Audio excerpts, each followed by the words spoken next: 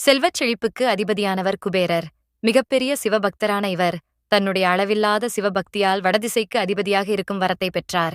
சிவபெருமானின் வடிவமான சொர்ண பைரவர் குபேரனுக்கு செல்வத்தை பாதுகாக்கும் பொறுப்பை கொடுத்தார். மகாலட்சுமியின் பரிபூரண அருளை பெற்ற இவர் செல்வத்தை பெருக செய்யக்கூடியவர். இவருக்கு மிகவும் உகந்த நாளாக வியாழக்கிழமை கருதப்படுகிறது. இந்த நாளில் வீட்டில் லட்சுமி குபேர விளக்கு பூஜை செய்வதால் குபேரரின் பரிபூரண அருளை பெற முடியும். ஏற்ற வேண்டும். விளக்கில் 5 கற்கண்டு சேர்த்து விளக்கை சுற்றி வாசனை மலர்கள் வைக்கவும்.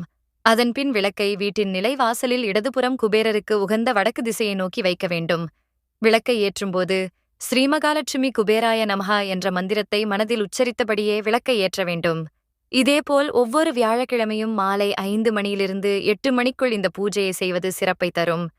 இந்த விளக்கு வழிபாட்டினை தொடர்ந்து செய்து வந்தால் செல்வம் பெருகும், கடன் தீரும், வீட்டில் மகிழ்ச்சி நிலவும், எதிர்பாராத நன்மைகள் உண்டாகும். வீட்டில்